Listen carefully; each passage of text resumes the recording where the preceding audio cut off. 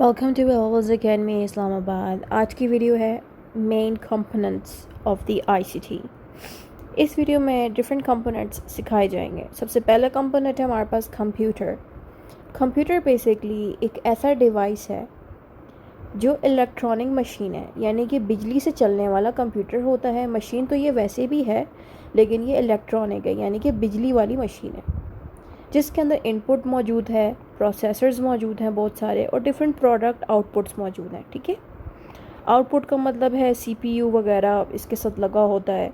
Laptops अगर आपने देखे हैं तो उसके ऊपर भी कीबोर्ड है। अगर हम बात करें सादे से जो पुराने ज़माने के कंप्यूटर है, उसके साथ साइड पे एक डब्बा, एक सीपीयू अलग से भी बना होता था। ठीक है, तो इस तरह से आउटपुट भी आपको देखने को मिलते हैं। इनपुट का मतलब है ऐसी चीज़ें जो इस लैपटॉप के कंप्यूटर के अंदर मौजूद होती हैं। ठीक है, उनको हम इनपुट डिवाइसेस कहते हैं। तो इस तरह के डिफरेंट प्रोसेसर्स भी हैं, कंप्यूटर की डिफरेंट चीज़ें हैं। समझ लें ये बात, ये जितनी भी चीज़ें लिखी हैं कंप्यूटर की कोई चीज़ें हैं जो कंप्यूटर के अंदर मौजूद होती हैं, उसको हम कहते हैं। सही है, ये उसी की सारी चीज़ें लिखी हैं। अब कंप्यूटर में एक और ख़ासियत ये है कि हम इसमें डाटा स्टोर कर सकते हैं। जैसे कि अगर आपका कोई ज़रूरी डॉक्यूमेंट है वो आपको लैपटॉप से मिलेगा। कोई और एग्जांपल दे सकती हूँ कि अगर आप हॉस्पिटल जाते हो तो हॉस्पिटल में आपने अगर अपॉइंटमेंट बुक की है तो वो बंदा क्या करता है, लैपटॉप ओपन करता है जो जहाँ आप जाते हो डॉक्टर के पास, तो उधर आपकी अपॉइंटमेंट कंप्यूटर पे लिखी मिल जाती कि इस डेट को आपकी अपॉइंटमेंट थी। ठीक है, तो इस तरह से कंप्यूटर में डाटा फीड हो सकता है, डाला जा सकता है। कोई भी पुराना रिकॉर्ड है तो कंप्यूटर में आसानी से मिल जाता है। आपको बस नाम टाइप करना तो कंप्यूटर वो डॉक्यूमेंट आपको दिखा देता है कि इस नाम से ये डॉक्यूमेंट्स हैं। ठीक है, तो इस तरह से कंप्यूटर वर्क करता है। अब आ जाता है main components of the input. अब इसके काफ़ी सारे कंपोनेंट्स हैं। सबसे पहला आ जाता है इनपुट डिवाइसेस। इनपुट डिवाइसेस में आता है एंटर डाटा, जैसे कि कीबोर्ड है, इसमें माउस है, स्कैनर है, माइक्रोफोन है। ये तमाम डिवाइसेस क्या काम करते हैं, कंप्यूटर के अंदर डाटे को डालने का काम करते हैं। जैसे कि कीबोर्ड में क्या होता है, नंबर्स, इस तरह से बटन्स बने होते हैं, नंबर्स बने होते हैं, ABC लिखा होता है उसके ऊपर। ठीक है, आप कीबोर्ड पे क्या करते हो, क्लिक करते हो। जो भी आप क्लिक्स कर रहे हो कीबोर्ड पे, वही चीज़ें कंप्यूटर के अंदर लिखी मिलती हैं। इसी चीज़ को हम इनपुट डिवाइसेस कहते हैं। सीपीयू क्या है, प्रोसेसिंग यूनिट होता है। सीपीयू बेसिकली दिमाग है कंप्यूटर का। अगर सीपीयू ख़राब हो जाए तो कंप्यूटर सही से वर्क नहीं कर सकता। ठीक है, जैसे कि इंसान का दिमाग होता है ना, बिल्कुल वैसे ही कंप्यूटर का जो दिमाग है वो सीपीयू होता है। प्राइमरी मेमोरी, प्राइमरी का मतलब है एक ऐसा मेमोरी कार्ड जो कि कंप्यूटर में मिलेगा। उन मेमोरी कार्ड के दो डिफरेंट नाम है, एक का नाम है रैम, एक का नाम है रोम। अब मोबाइल्स तो आपके पास होगा ही, हर मोबाइल में एक इस तरह से छोटा सा सिम के साइज जितना मेमोरी कार्ड मौजूद होता है, जिसका काम होता है आपके मोबाइल में जो भी फ़ोटोज़ हैं, जो भी डाटा है, वो सारा का सारा उस मेमोरी कार्ड में आप डाल सकते हो। और ये मेमोरी कार्ड मोबाइल से निकाल के किसी और मोबाइल में भी डाल सकते हो। यही चीज़ है कि इस कंप्यूटर में भी आपको रैम एंड रोम नाम की स्टोरेज डिवाइसेस मिलते हैं जिनका काम होता है डाटे को स्टोर करना। फिर आता है स्टोरेज डिवाइसेस। स्टोरेज डिवाइसेस में आता है हार्ड डिस्क, USB। इनका भी वही काम है कि आपका कोई भी ज़रूरी डाटा हो ना, वो यहाँ पे आप सेव कर सकते हैं। बिल्कुल वैसे ही जैसे वो मेमोरी कार्ड नहीं मोबाइल में डालते हैं, जैसे कि रैम एंड रोम, बिल्कुल वैसा ही हार्ड डिस्क एंड USB भी काम करता है। USB तो आप लोगों ने देखी ही होगी, एक छोटी सी USB होती है जो हम कंप्यूटर के साथ लगा लेते हैं, जिसमें हम सॉन्ग्स वगैरह भी डाल सकते हैं, कोई ज़रूरी डॉक्यूमेंट भी डाल सकते हैं, कोई वीडियो वगैरह भी शेयर कर सकते हैं। इसके अंदर कोई भी ज़रूरी डाटा हो वो हम उस USB या हार्ड डिस्क में डालते हैं। फिर आता है आउटपुट डिवाइसेस। आउटपुट डिवाइसेस में आता है मॉनिटर, प्रिंटर और स्पीकर। ठीक है, इनका काम ये होता है कि ये हमें रिज़ल्ट दिखाते हैं, यानी कि अगर हम इनपुट डिवाइसेस के ज़रिए, कीबोर्ड जो है इनपुट डिवाइस है, उसमें कुछ टाइप करते हैं तो वो आउटपुट डिवाइसेस के मॉनिटर में दिख जाता है। यानी कि मॉनिटर एक आउटपुट डिवाइस है जिसकी मदद से कोई भी चीज़ हम फीड करते हैं तो दिखा देता है कंप्यूटर। हार्डवेयर एंड सॉफ्टवेयर अब इसमें आ जाते हैं। Hardware is the physical part of the computer that can be seen and touched. Hardware basically computer का वो वाले पुर्जे होते हैं जिनको आप टच कर सकते हो, जिनको अपनी आंखों से आप देख सकते हो। ठीक है, इससे इनका नाम होता है हार्डवेयर। इसकी एग्जांपल आप देख लें, कोई कीबोर्ड होगा या माउस हो गया, मॉनिटर हो गया, सीपीयू हो गया, कंप्यूटर के साथ लगे होते हैं और आप उनको देख भी सकते हो, टच भी कर सकते हो, इसलिए इनको हम कहते हैं हार्डवेयर्स। ठीक है, अब आ जाते हैं सॉफ्टवेयर्स। सॉफ्टवेयर में क्या होता है कि आपके आपके पास Microsoft window, Microsoft Word, Microsoft Paint या कोई भी इस तरह की चीज़ मौजूद होती है जो आप कंप्यूटर के अंदर से ही यूज़ करते हो। यानी कि सॉफ्टवेयर ऐसी चीज़ है जो अपने आँखों से आप सिर्फ देख ज़रूर सकते हो लेकिन टच नहीं कर सकते। जैसे कि CPU हो गया, माउस हो गया, माउस तो आप सबने टच करके कंप्यूटर को चलाया तो होगा ना, तो आप अपने हाथों से टच कर सकते हो, माउस को हिला सकते हो, लेकिन सॉफ्टवेयर को आप टच नहीं कर सकते, सिर्फ आंखों से देख सकते हो। कैसे देख सकते हो कि कंप्यूटर की स्क्रीन के अंदर ही ये सारे ऐप्स मौजूद होते हैं।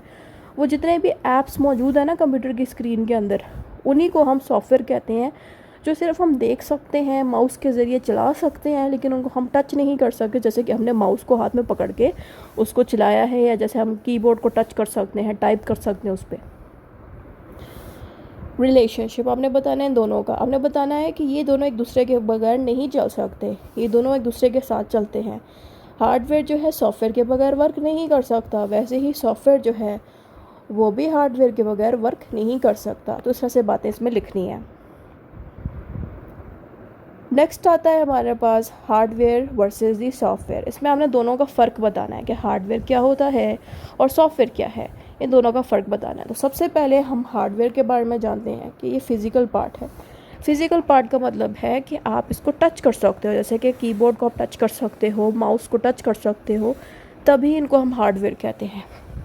लेकिन software basically programs and instruction होते हैं। बेसिकली जो उस कंप्यूटर के अंदर जो ऐप्स होते हैं ना, जितने भी, उनको ज़रा आप टच तो नहीं कर सकते अपने हाथों से, जैसे कि हम कीबोर्ड को और माउस को पकड़ के हाथ से हिला सकते हैं, वैसे ही हम इन सॉफ्टवेयर्स को जो इसके अंदर मौजूद है, सॉफ्टवेयर, इनको हम नहीं पकड़ सकते, सिर्फ आंखों से देख सकते। जैसे कि मोबाइल में जो ऐप है, आप व्हाट्सएप के ऐप को हाथ से तो नहीं पकड़ सकते, वो तो सिर्फ मोबाइल के अंदर एक ऐप मौजूद है। वैसे ही यही चीज़ें होती हैं सॉफ्टवेयर कंप्यूटर्स में। कैन बी टच्ड, कि इन हार्डवेयर को टच किया जा सकता है, सॉफ्टवेयर को टच नहीं किया जा सकता हाथों से।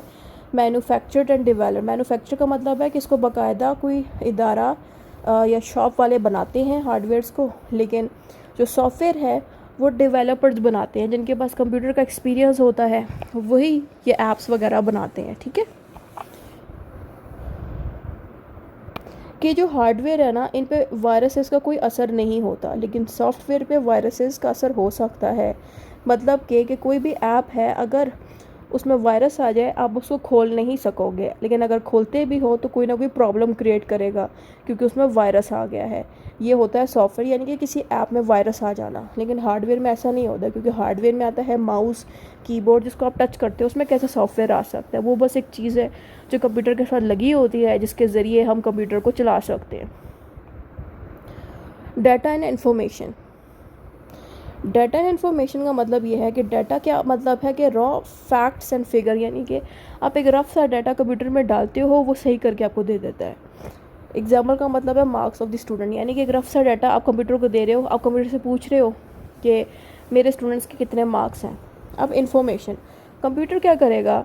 अब आप कंप्यूटर को इन्फॉर्मेशन दे रहे हो, आप उसको कह रहे हो, डाटा दे रहे हो, आप उससे कह रहे हो कंप्यूटर को कि इतनी बड़े साइज़ की क्लास है, इसमें 50 बच्चे हैं और 100 मार्क्स का पेपर है, और यहाँ पे मेजॉरिटी बच्चे ऐसे थे जिन्होंने 90% नंबर लिए, किसी ने 20% नंबर लिए। आप ये डाटा कंप्यूटर को दे रहे हो। अब कंप्यूटर क्या करेगा? आपके ही दिए हुए डाटे को प्रोसेस करेगा, समझेगा, समझने के बाद उसको तरतीब में लिखेगा, फिर आपको इन्फॉर्मेशन देगा। उस इन्फॉर्मेशन में क्या होगा? तरतीब के साथ एक चार्ट बनाएगा, जिसमें हर चीज़ कंप्यूटर तरतीब से एक्सप्लेन करेगा कि आपकी इस क्लास में कितने स्टूडेंट हैं, किसने कितने नंबर लिए, क्या हुआ, कैसे हुआ। यानी कि जो इन्फॉर्मेशन आपने जो है हलवा पका के दी, वो तरतीब दे के लिख देगा। ये चीज़ यहाँ पे लिखी है, ठीक है। समरी, डाटा के बारे में बताना है कि एक रफ सा डाटा आप दे रहे हो कंप्यूटर को। इन्फॉर्मेशन का मतलब है उसी डाटे को प्रोसेस करके तरतीब दे के देता है कंप्यूटर, ठीक है। एग्जांपल आप इसमें दे सकते हो कि स्टूडेंट्स की ग्रेड्स या कोई परसेंटेज निकालना, ये सारा काम कंप्यूटर करके दे सकते हैं हमें। डाटा प्रोसेसिंग, डाटा प्रोसेसिंग का मतलब होता है कि कोई भी रॉ डाटा, रॉ का मतलब है रफ़ डाटा, कोई भी रफ़ डाटा आप कंप्यूटर को जब देते हो, वो उसी रफ़ डाटे को कन्वर्ट करके एक यूज़फुल इंफॉर्मेशन में तब्दील कर देता है। होता क्या है कि स्टेप्स के बारे में आप पहले जान लें कि सबसे पहले हम इंपोर्ट करते हैं, डाटे को एंटर करते हैं, यानी कि रफ़ डाटे को एंटर करते हैं कंप्यूटर में। फिर कंप्यूटर क्या करता है, प्रोसेसिंग करता है, यानी कि कंप्यूटर उस डाटे को समझने की कोशिश करता है। जब समझ लेता है फिर उसके बाद वो आउटपुट देता है उसी डाटे की। आउटपुट का मतलब है कोई रिज़ल्ट दे देता है या इन्फॉर्मेशन को इस तरह से देता है कि समझ लग सके, यानी कि आपने इनपुट करके डाटा रफ भेजा कंप्यूटर को और आउटपुट में कंप्यूटर ने आप ही के डाटे को एक यूज़फुल इन्फॉर्मेशन में तब्दील कर दिया। इसी चीज़ को कहते हैं डाटा प्रोसेसिंग। फिर आता है हमारे पास types of software. Types of software में हम दो टाइप्स को डिस्कस करेंगे। सबसे पहला है system software, control hardware and runs the computer. ये जो सिस्टम सॉफ्टवेयर है ये क्या करते हैं, हार्डवेयर को कंट्रोल करते हैं और कंप्यूटर को चलाने की कोशिश करते हैं। इसके अंदर एग्जांपल दे सकते हैं Microsoft window, Linux, Android, iOS। ठीक है, आप लोगों के पास विंडोज़ का तो होगा ही, लैपटॉप। तो ये जो लैपटॉप है ना विंडो का, उसका काम होता है हार्डवेयर को कंट्रोल करके कंप्यूटर को चलाना। इसमें क्या क्या चीज़ें शामिल होती हैं, इसमें ये शामिल होता है कि कंप्यूटर ऑपरेट कैसे करना है। ड्राइवर्स मीन्स कि कंप्यूटर के अंदर कुछ ना कुछ इस तरह की चीज़ें लगी होती हैं जिनको हम ड्राइवर्स कहते हैं, जो कंप्यूटर को चलाने का काम करते हैं। ठीक है, उसके अलावा यूटिलिटीज़ यानी कि और भी ऐप्स मौजूद होते हैं। उसके अलावा प्रोग्रामिंग टूल्स भी मौजूद होते हैं। प्रोग्रामिंग टूल्स का मतलब है जैसे कि कोई गेम्स वगैरह आप खेलते हो कंप्यूटर में तो कोई प्रोग्रामिंग टूल मौजूद उसका होगा, या कोई पेंट करना है तो वो भी एक टूल मौजूद होगा, या कोई सेटिंग सही करनी है, लाइट तेज़ करनी है लैपटॉप की, या वॉल्यूम बढ़ानी है, तो उसके अंदर भी प्रोग्रामिंग टूल यानी कि कोई ना कोई ऐसा ऐप मौजूद होता है कंप्यूटर में जो आपको हेल्प करता है। ये सारा जब आपने जान लिया, नेक्स्ट आ जाती है application software. Programs used by users to perform task. Example इसमें दें Microsoft Excel, Microsoft PowerPoint, Adobe Photoshop और डिफरेंट चीज़ें। यहाँ पे बेसिकली 3-4 मैंने एग्जांपल्स दे दी हैं कि ये डिफरेंट किस्म के ऐप्स मौजूद होते हैं जिनको हम सॉफ्टवेयर भी कह सकते हैं। इन एप्लीकेशंस या सॉफ्टवेयर्स की मदद से कंप्यूटर के अंदर हम डिफरेंट टास्क परफॉर्म कर सकते हैं। जैसे कि ये जो PDF अभी आप देख रहे हो इसको कहते हैं माइक्रोसॉफ्ट वर्ड। ठीक है, मैं क्या करती हूँ कि माइक्रोसॉफ्ट वर्ड पे अपने डॉक्यूमेंट को टाइप करती हूँ, फिर उसको कन्वर्ट करती हूँ माइक्रोसॉफ्ट PDF में। ठीक है, फिर PDF भी मौजूद है, वैसे ही माइक्रोसॉफ्ट एक्सेल डॉक्यूमेंट भी मौजूद है, बहुत सारे डॉक्यूमेंट्स मौजूद हैं। एडोब फोटोशॉप में क्या होता है, आप वीडियोस एडिट कर सकते हो। इस तरह के बहुत से ऐप्स मौजूद है। इवन अब तो इतने अच्छे लैपटॉप्स आ गए हैं कि आप लैपटॉप के अंदर ही व्हाट्सएप का ऐप डाउनलोड कर सकते हो। जैसे कि आप मोबाइल पे व्हाट्सएप पे कॉल्स रिसीव करते हो, मैसेजेस भेजते हो, वही चीज़ अब ऐप में भी होती है, यानी कि लैपटॉप के अंदर भी वो चीज़ अब आ गई है। तो इस तरह की चीज़ें मैं जो आपको एक्सप्लेन अभी मैंने की हैं, इन्हीं को हम कहते हैं एप्लीकेशन सॉफ्टवेयर, यानी कि लैपटॉप के अंदर मोबाइल की तरह एक ऐप डाउनलोड करके ऐप को इस्तेमाल करना। बिल्कुल वैसा ही है ये भी। सही है, टाइप्स आप इसमें देना चाहो तो दे दो। आप बता सकते हो कि जनरल पर्पस सॉफ्टवेयर भी इसमें होते हैं, स्पेशल पर्पस सॉफ्टवेयर भी होते हैं, पैकेज सॉफ्टवेयर भी होते हैं, कस्टमाइज सॉफ्टवेयर होते हैं। इनके टाइप्स समझा देती हूँ। जनरल पर्पस सॉफ्टवेयर का मतलब है कि ये एक ऐसा सॉफ्टवेयर है जो मतलब हर लैपटॉप में वैसे ही मौजूद होता है, डाउनलोड करने की ज़रूरत नहीं है। स्पेशल पर्पस सॉफ्टवेयर का मतलब ये ऐसे सॉफ्टवेयर हैं जो आपको ख़रीदने पड़ते हैं पैसे दे के। जैसे आप मोबाइल में कोई ऐप डाउनलोड कर रहे हो, पैसे दे के भी वो ऐप ख़रीदते हो। ठीक है, पैकेज सॉफ्टवेयर का मतलब है कि आप बहुत सारे ऐप्स ख़रीद भी सकते हो पैसे दे के। कस्टमाइज सॉफ्टवेयर का मतलब है कि आप अपने लिए एक सॉफ्टवेयर बनवा भी सकते हो किसी डेवलपर से। डेवलपर वो बंदे होते हैं जो कि ये सॉफ्टवेयर वगैरह या एप्लीकेशन वगैरह बनाते हैं। ठीक है, हमारा दूसरा चैप्टर है इसी के अंदर, वो है इंफॉर्मेशन टेक्नोलॉजी। इसको शॉर्ट में कहते हैं IT। इंफॉर्मेशन टेक्नोलॉजी का मतलब है is the use of computer and network to store, process and share information. Information technology का मतलब है कंप्यूटर को इस्तेमाल करके अपना कोई ज़रूरी डाटा कंप्यूटर में डालना, या फिर कंप्यूटर में कोई भी रफ सा डाटा डाल के कोई ज़रूरी इन्फॉर्मेशन कंप्यूटर से लेना, कोई भी काम करना कंप्यूटर में। इस कॉन्सेप्ट को हम कहते हैं इंफॉर्मेशन टेक्नोलॉजी। एग्जांपल आप इसमें कोई भी दे दें कि ऑनलाइन बैंकिंग करना, यानी कि किसी को मोबाइल पे पैसे भेजना। बेसिकली यहाँ पे सिर्फ लैपटॉप्स की बात नहीं हो रही, यहाँ पे कंप्यूटर और लैपटॉप नहीं है, बल्कि मोबाइल का भी आप यूज़ कर सकते हो, यानी कि मोबाइल का भी आप जिक्र कर सकते हो। मोबाइल भी ज़ाहिर है कंप्यूटर है। ठीक है, तो मोबाइल में ऑनलाइन बैंकिंग होती है, यानी कि इजी पैसा, जैश कैश मौजूद है, जिससे हम पैसे भेज सकते हैं, किसी को पैसे भेज सकते हैं, किसी से पैसे ले सकते हैं। इनको ऑनलाइन बैंकिंग कहते हैं। मेडिकल सिस्टम भी मौजूद है आप कंप्यूटर में, यानी कि कंप्यूटर में आपको बैठे बिठाए घर में ही डॉक्टर्स मिल जाते हैं, क्योंकि बहुत सारे ऐप्स बन गए हैं जहाँ पे डॉक्टर्स बैठे होते हैं जो आपसे पैसे लेके ऑनलाइन ही आपको कंसल्टेशन दे देते हैं, यानी कि आपको हेल्प कर देते हैं घर बैठे हुए ही। फिर आता है ऑफिस रिकॉर्ड्स। उसके अलावा अगर आप ऑफिस जाते हो और बहुत ज़्यादा काम करते हो और बहुत ज़्यादा रिकॉर्ड होते हैं आपके पास, तो वो रिकॉर्ड ज़ाहिर है कागज़ों में तो गुम जाएगा, तो आप लैपटॉप में जब डालते हो उस रिकॉर्ड को तो वो ईज़िली मिल जाता है। फिर आता है ईमेल्स एंड कम्युनिकेशन। आपको डिफरेंट ईमेल्स आप कर सकते हो मोबाइल और लैपटॉप या कंप्यूटर यूज़ करके लोगों के साथ कम्युनिकेट रब्ता कर सकते हो, ठीक है। तो इतनी सी इन्फॉर्मेशन थी इसके अंदर। फिर आता है सीपीयू। सीपीयू का पूरा नाम है सेंट्रल प्रोसेसिंग यूनिट। ये ज़ाहिर है कंप्यूटर का दिमाग होता है, इसको हम कंप्यूटर का ब्रेन भी कहते हैं। इसका फंक्शन क्या है? इसका फंक्शन है जो भी आप डाटा उसको देते हो कंप्यूटर को, वो उसको फेच करता है, यानी कि पकड़ता है। कोई भी डाटा का कंप्यूटर को दोगे तो सीपीयू उस डाटे को पकड़ेगा, फेच करेगा, फिर उसको डिकोड करेगा। डिकोड मीन्स तरतीब में लिखेगा। एग्जीक्यूट का मतलब है जो भी डाटा उसने तरतीब में लिखने की कोशिश की वो सेट करेगा मज़ीद, फिर एंड पे जाके उसी डाटे को अपने पास स्टोर कर देगा। ये सारा काम सीपीयू का होता है। इसमें डिफरेंट कंपोनेंट्स का आप जिक्र कर सकते हो। पहला है कंट्रोल यूनिट। कंट्रोल यूनिट का काम है कि तमाम कंप्यूटर के एक्शंस को कंट्रोल करना, यह सीपीयू का काम है। फिर आता है अरिथमेटिक लॉजिक यूनिट, इसको शॉर्ट में एलओयू कहते हैं। परफॉर्म्स कैलकुलेशन एंड कंपैरिजंस, यानी कि ये जो हिस्सा है जो सीपीयू में मौजूद होता है तो उसका काम होता है कैलकुलेशन करना कंप्यूटर के अंदर और डिफरेंट चीज़ों को एक दूसरे के साथ कंपेयर कराना, ठीक है। जैसे कि फ़लाँ जो चीज़ है वो क्वांटिटी में फ़लाँ से ज़्यादा जो है हैवी है। आपने अक्सर देखा होगा कि आप कंप्यूटर में कोई इन्फॉर्मेशन डालते हो, कोई डॉक्यूमेंट डालते हो, तो कंप्यूटर कहता है आपकी ये वाली जो फ़ाइल है वो ज़्यादा हैवी है, इसको डिलीट करें। जो दूसरी फ़ाइल है वो हल्की है, यानी कि उसमें डाटा कम है। तो इस तरह से ये काम करता है, ठीक है।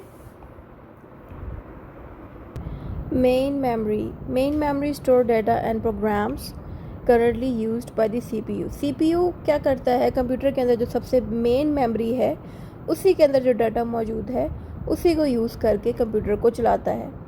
इस मेन मेमोरी का स्ट्रक्चर ऐसा होता है, it is made up of memory cells. Each cells store 1 bit, 8 bit is equal to 1 byte and bets basically 8 bets के बराबर 1 बेट होता है। ये इतनी ज़रूरी लाइन नहीं है, यहाँ पे बस इतना पोर्शन काफ़ी है। Each byte has a unique address. Basically ये बेट्स का मतलब यहाँ पे ये है कि जो भी डाटा इस मेन मेमोरी में सेव होता है वो कंप्यूटराइज तरीके से सेव होता है और उसमें एक लिमिट रखी होती है कि इतनी मेमोरी में ये डाटा स्टोर है, फ़लाँ मेमोरी में ये डाटा स्टोर है। यानी कि इस मेन मेमोरी में हर चीज़ इस बेट्स के हिसाब से स्टोर होती है। रैम का फुल नेम है random access memory, stores temporary data used by the CPU. इस रैम के अंदर जो भी डाटा ऐड होता है कंप्यूटर के अंदर वो टेम्परेरी होता है, मतलब ये कुछ देर बाद खुद ही डिलीट हो जाता है। इसकी क्वालिटी या फीचर्स ये हैं कि ये रैम फास्ट होता है और वॉलेटाइल होता है। वॉलेटाइल का मतलब है data lost when power is of. यहाँ पे बात ये हो रही है कि कंप्यूटर है, अब आपने आर्जी तौर पे एक डाटा इसमें डाला हुआ है, अगर किसी भी रीज़न से वो लैपटॉप या कंप्यूटर टर्न ऑफ हो गया है, स्विच ऑफ हो गया या लाइट चली गई है जिसकी वजह से लैपटॉप ऑफ हो गया, जो कुछ भी आपने खोला हुआ था लैपटॉप पे या जो भी डाटा खोला हुआ था रैम के अंदर, जैसे ही लैपटॉप या कंप्यूटर बंद होगा थोड़ी देर बाद जब आप उसको ऑन करेंगे तो वो सारा का सारा डाटा डिलीट हो चुका होगा। यही चीज़ है रैम कि इसके अंदर जो भी डाटा होता है वो उसी वक्त ख़त्म हो जाता है जैसे ही कंप्यूटर को आप रीस्टार्ट करते हैं। इसी रैम के आगे से टाइप्स हैं। सबसे पहली टाइप है इसकी एस रैम। एस रैम की खासियत ये है कि ये काफ़ी फास्ट प्रोसेस करता है। एस रैम मिलने में काफ़ी एक्सपेंसिव होती है। यूज्ड फॉर कैशीज, यानी कि ये आर्जी डाटा स्टोर करने के लिए काम किया जाता है एस रैम का। दूसरी टाइप है हमारे पास डी रैम। डी रैम जो है मिलती तो सस्ती है लेकिन इसका प्रोसेस बड़ा स्लो होता है, यानी कि बहुत स्लो तरीके से ये डाटे को स्टोर कर रही होती है। और डी रैम कंप्यूटर की मेन मेमोरी भी होती है।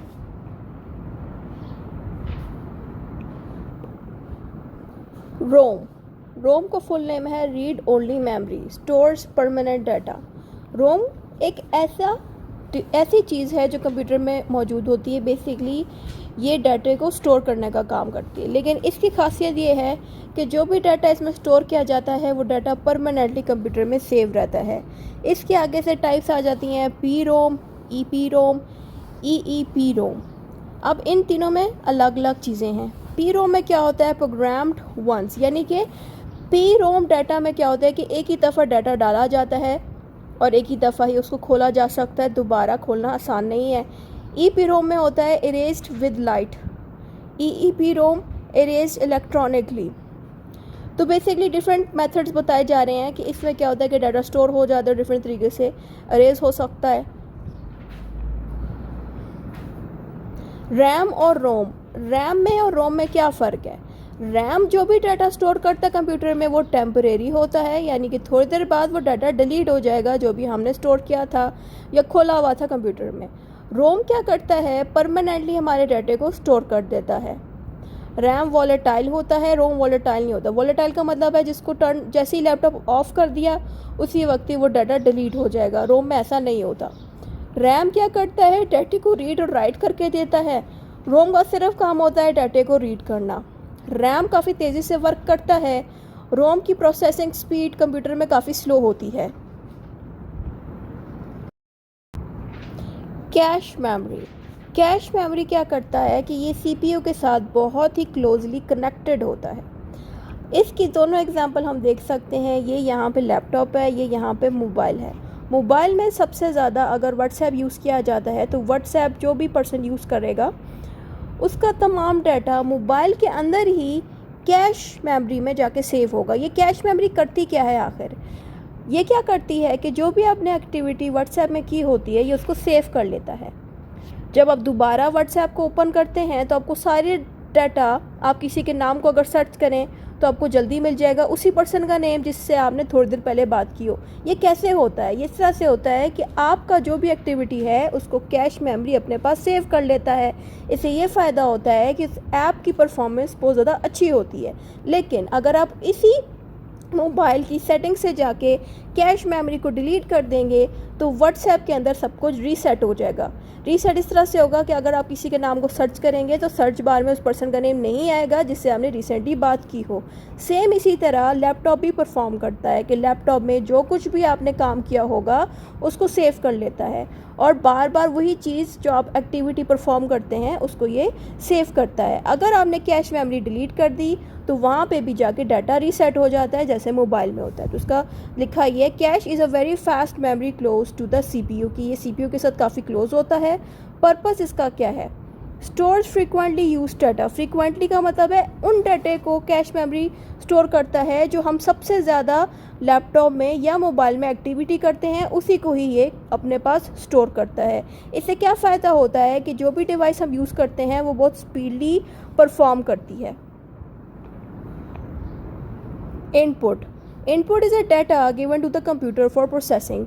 इनपुट का मतलब है कि कोई टूल या कोई चीज़ यूज़ करके कंप्यूटर के अंदर डाटे को इनपुट करना, डाटे को डालना। इनपुट का मतलब है कोई चीज़ कंप्यूटर में डाली जाए। अब हम कंप्यूटर में डाटा कैसे डालते हैं कि हमारे पास एक कीबोर्ड होता है जिस पे हम कोई चीज़ टाइप करते हैं और उसके बाद एक माउस होता है जिसकी मदद से हम कंप्यूटर पे जाके चीज़ सेलेक्ट कर सकते हैं। स्कैनर भी मौजूद है, माइक्रोफोन भी मौजूद है। सपोज़ आप अपनी आवाज़ के ज़रिए कोई चीज़ क्लिक करवाना चाह रहे हैं या अपने आवाज़ के ज़रिए कोई काम करवाना चाह रहे हैं कंप्यूटर से, तो माइक्रोफोन के ज़रिए भी करवा सकते हैं, क्योंकि आजकल के लेटेस्ट लैपटॉप में इस तरह का प्रोसेस है कि हम आवाज़ के ज़रिए भी कंप्यूटर को कंट्रोल कर सकते हैं, बिल्कुल वैसे ही जैसे कि माउस। ये तमाम चीज़ें, इनको हम इनपुट इसलिए कहते हैं क्योंकि इनके ज़रिए ही हम अपने डाटे को कंप्यूटर के अंदर चला सकते हैं।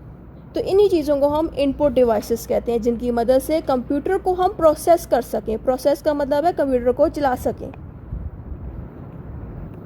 Keyboard, keyboard is the main input device used for typing. Keyboard भी एक इनपुट डिवाइस है। इनपुट का मतलब है एक ऐसी चीज़ जिसकी मदद से कंप्यूटर के अंदर डाटा फीड किया जा सके, डाटा डाला जा सके।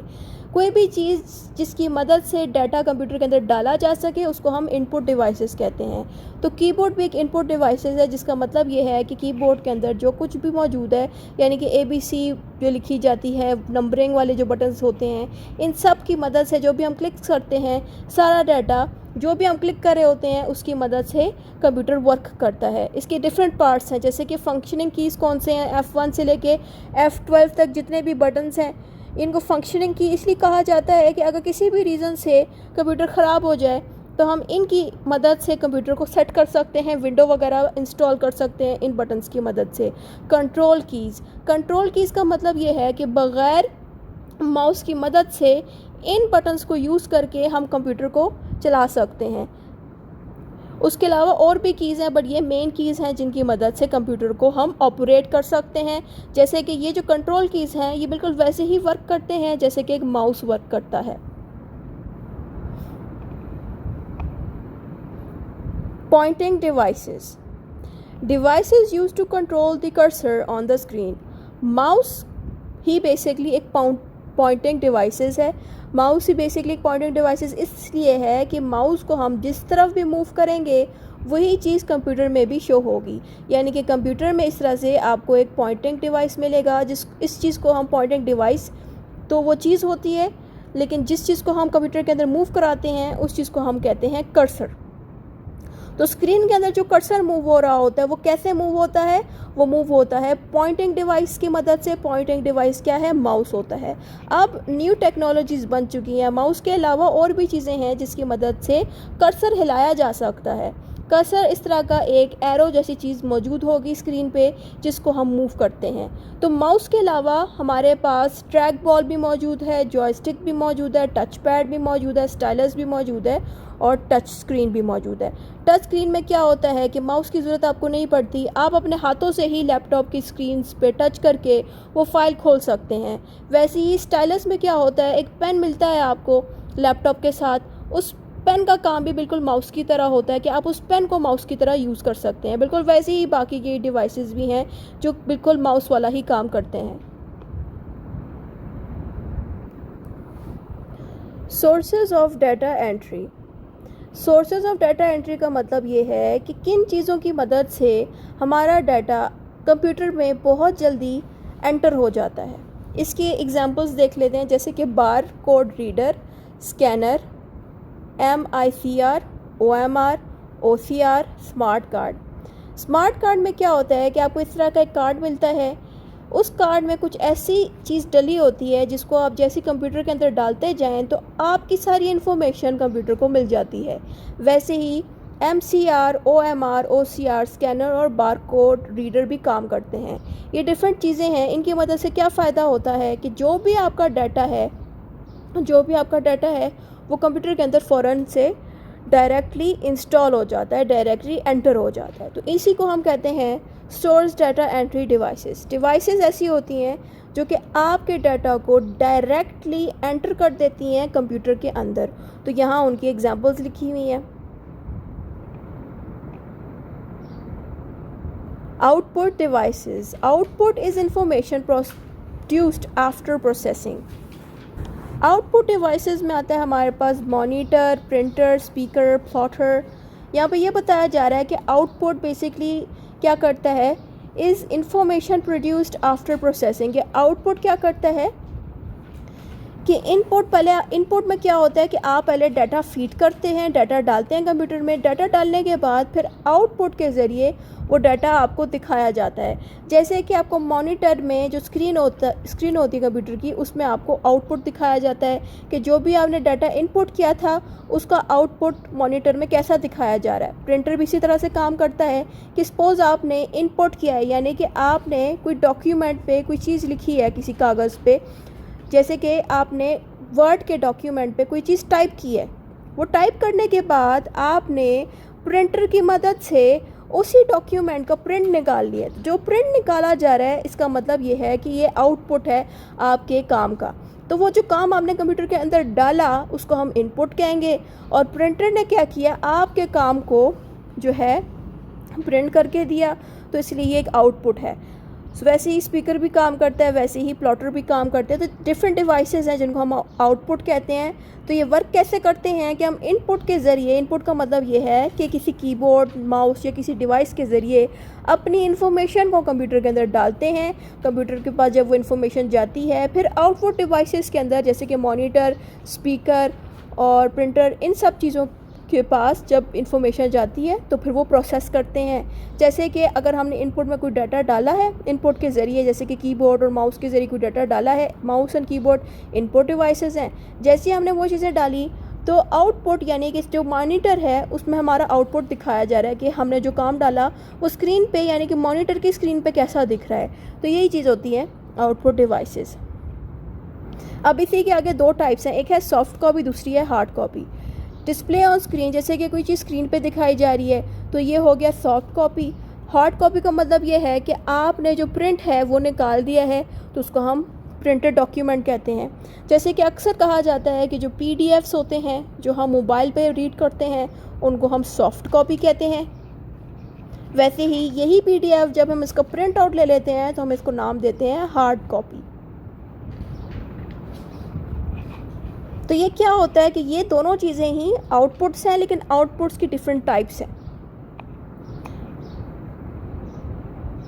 डिस्प्ले स्क्रीन, मॉनिटर ही बेसिकली डिस्प्ले स्क्रीन है, यानी कि जो कंप्यूटर की स्क्रीन है उसी को ही हम मॉनिटर कहते हैं। तो मॉनिटर का क्या काम होता है कि हमारे लिखे हुए जो अल्फाज हैं जो हम कीबोर्ड से टाइप करते हैं वो हमें दिखाता है मॉनिटर, और ग्राफ्स वगैरह दिखाता है। कोई अगर हम यूट्यूब पे वीडियो देख रहे हैं लैपटॉप पे तो मॉनिटर ही हमें दिखा रहा होता है, यानी कि मॉनिटर की जो स्क्रीन है वही दिखाती है हमें सारा कुछ। अब हर मॉनिटर डिफरेंट साइज़ का हमें मिलता है, तो आप इसकी क्वालिटीज़ बता सकते हैं कि मॉनिटर के जो साइज़ हैं वो डिफरेंट होते हैं। रेजोल्यूशन भी हर मॉनिटर की एक जैसी नहीं होती, यानी कि कुछ मॉनिटर की पिक्सल क्वालिटी अच्छी नहीं होगी, किसी की अच्छी होगी, तो हर मॉनिटर की रेजोल्यूशन डिफरेंट होती है। वैसे ही हर मॉनिटर कलर जो दिखाता है स्क्रीन पे वो डिफरेंट तरह से दिखाता है। अगर सस्ता मॉनिटर होगा ज़ाहिर है उसकी क्वालिटी कलर की इतनी अच्छी नहीं होगी, एक्सपेंसिव की ज़्यादा अच्छी होगी। तो इस तरह से फीचर्स जो हैं वो डिफरेंट होते हैं हर मॉनिटर के।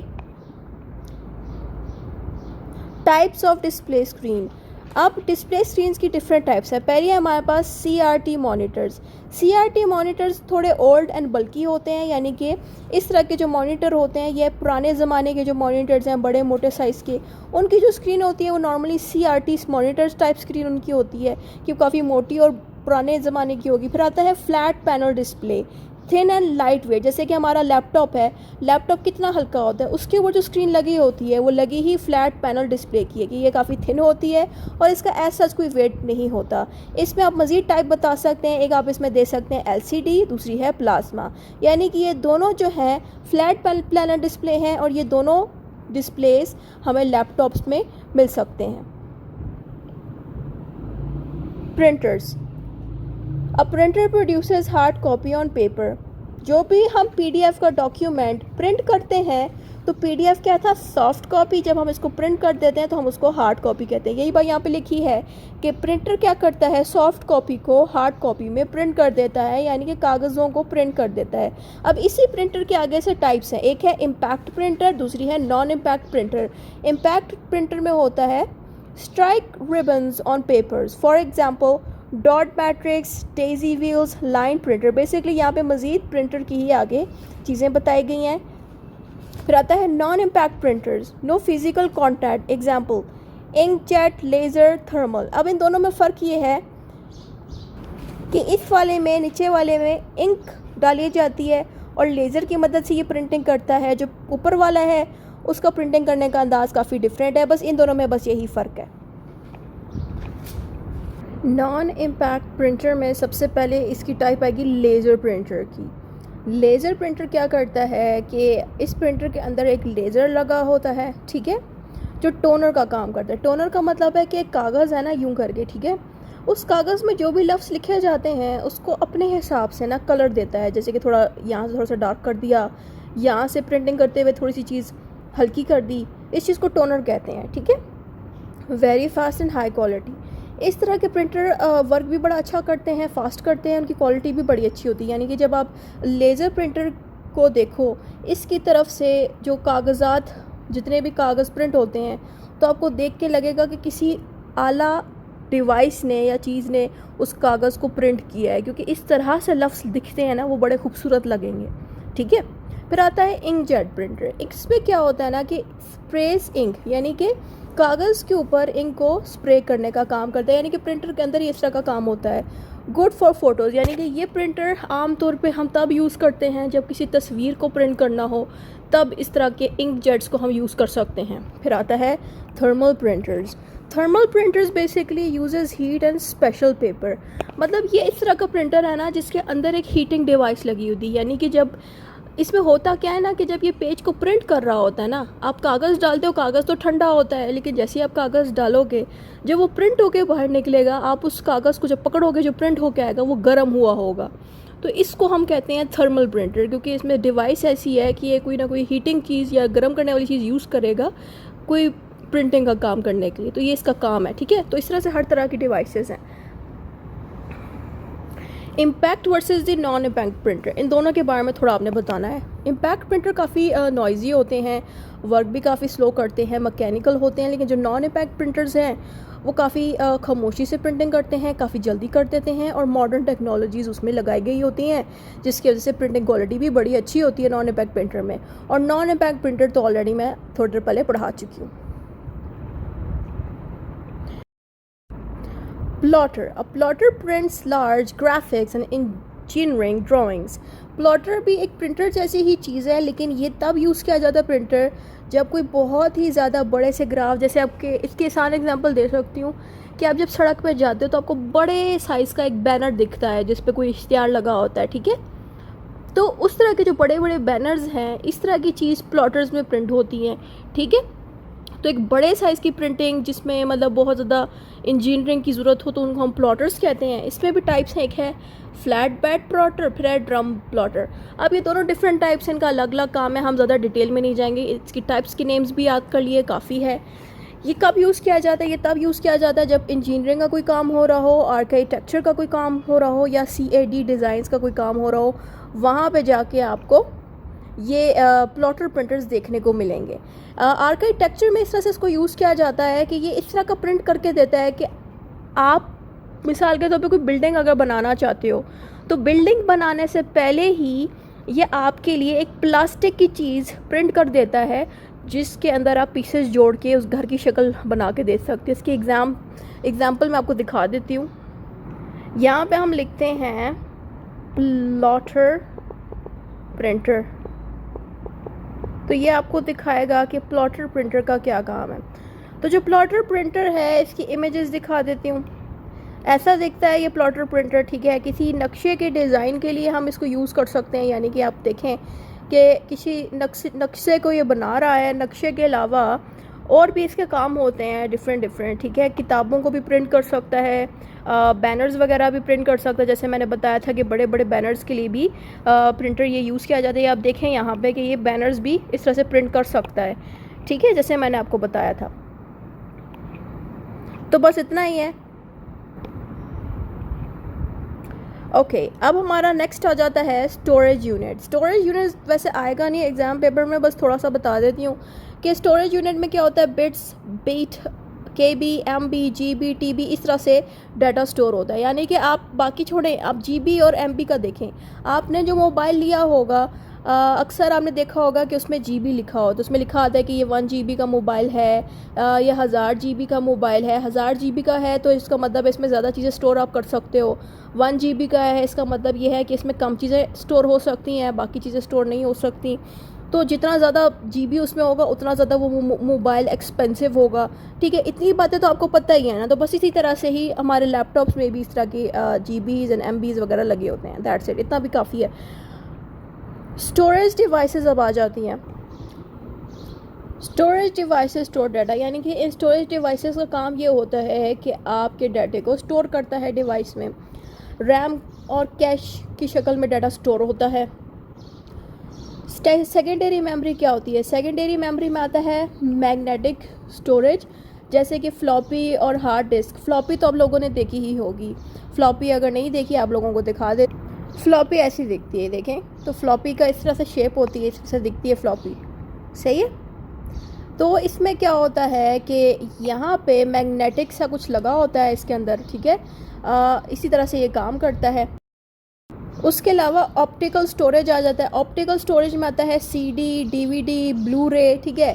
ब्लू रे अगर नहीं याद रहता तो सीडी, डीवीडी याद रख लें, इसका तो आपको पता ही होगा ना। सीडीज़ तो अपने लोगों ने यूज़ की होगी, सीडीज़ में भी डाटा हम स्टोर कर सकते हैं।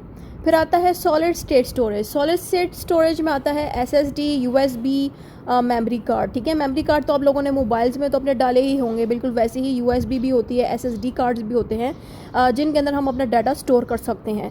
फिर आता है क्लाउड स्टोरेज। क्लाउड स्टोरेज का मतलब ये है कि जो गूगल ड्राइव है, गूगल ड्राइव बेसिकली गूगल का ही एक ऐप है, गूगल ड्राइव, जिसका काम होता है आपके डाटे को स्टोर करना। वैसे ही एक और ऐप है drop box, Microsoft one drive और एप्पल आई क्लाउड, ठीक है। इनका काम होता है आपके मोबाइल में जो भी डाटा है उसको स्टोर करता है। गूगल ड्राइव मोबाइल के अलावा आप लैपटॉप के डाटे को भी स्टोर करने के लिए यूज़ कर सकते हैं। जैसे कि लैपटॉप में कोई फाइल है, कोई वीडियो है, कोई पिक्चर है, वो भी आप गूगल ड्राइव में डाल के सेव करवा सकते हैं। इतना ही था आज की वीडियो में।